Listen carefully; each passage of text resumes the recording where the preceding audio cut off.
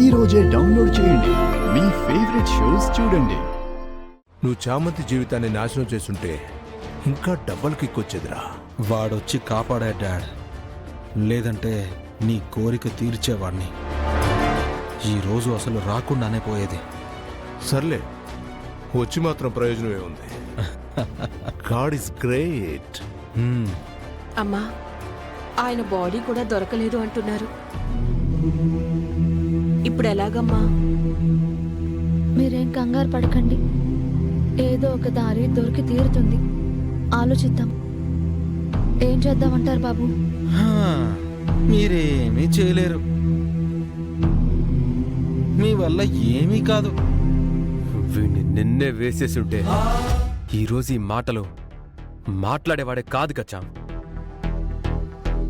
వద్దని నువ్వే ఆపావు. చేసిన పాపం ఊరికే వదలదు బాబు. ఆ పాపం మీకెందుకు అని ఆపాను. దైవం దండను విధించకుండా ఉండదు. ఈ రోజు తండ్రికి, రేపు కొడుక్కి, అంతే తేడా. పదండి బాబు. వెళ్ళండి, ఏం చేయలేరు. పద డాడ్.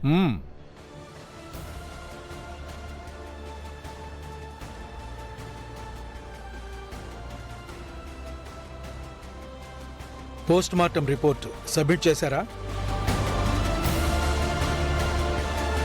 లేదు యువర్ ఆనర్, బాలరాజు బాడీ మార్చరీలో మిస్ అయింది. వాట్?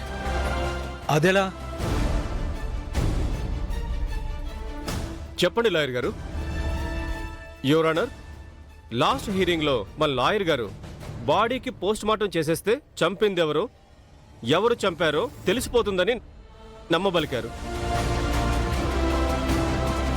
ఇప్పుడు బాడీయే మిస్ అయిందని చెప్తున్నారంటే ఆ బాడీకి పోస్ట్ మార్టమే జరిగితే నా క్లయింట్ త్రిపాఠి గారు నిర్దోషి అని తేలిపోతుందన్న ఆలోచనతోనే పథకం ప్రకారమే చేసినట్టుగా తెలిసిపోతుందిగా యువర్ ఆనర్. ఎవరు పథకాలు పన్నారో కాసేపట్లో తెలుస్తుంది యువర్ ఆనర్. యువర్ ఆనర్, మన కొత్త కథ ఏదో అల్లి కోర్టును తప్పుదోవ పట్టించే ప్రయత్నం ఏదో చేస్తున్నారని క్లియర్గా అర్థమవుతుంది. లేదు యువర్ ఆనర్, జరిగిందే చెప్పబోతున్నాను. మార్చురీలో బాలరాజు బాడీ మిస్ అయిన సంఘటనలో ముఖ్య పాత్ర ఆ త్రిపాఠి గారిదే. ఈ త్రిపాఠి గారే బాడీని ఎత్తుకెళ్లి దహనం కూడా చేశారు. పచ్చి అబద్ధం యువర్ ఆనర్. లాయర్ గారు పచ్చి అబద్ధం చెప్తున్నారు. Order, order, order. మీరేం చెప్పాలనుకున్నా బోన్లోకి వచ్చి చెప్పండి.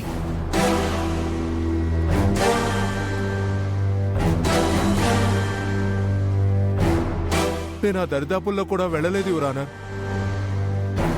లాయర్ గారు, నేను మీకు ఏం ద్రోహం చేశాను?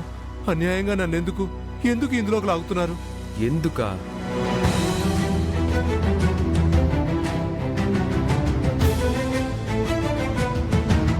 ఇందుకు